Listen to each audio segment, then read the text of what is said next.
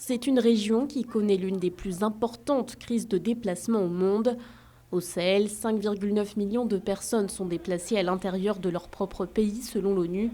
Une crise particulièrement visible dans les pays de l'AES où l'insécurité pousse des millions de personnes à fuir leur foyer.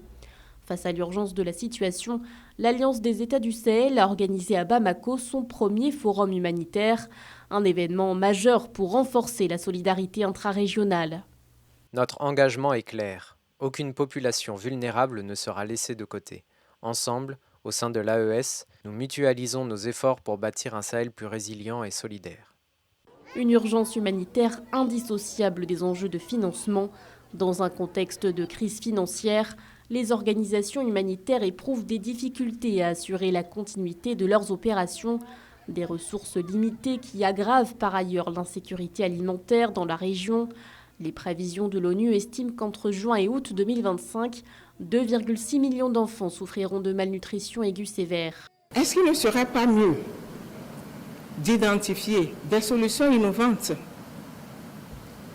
endogènes, propres à nous, pour pouvoir réduire la dépendance vis-à-vis de l'extérieur, aussi bien sur le plan technique que sur le plan financier. Pour ce qui concerne la prise en charge des personnes en déplacement forcé, que des actions idoines, probantes, soient menées, que des actions se fassent non seulement, non plus au niveau étatique, mais au niveau de la Confédération et au niveau de la sous-région.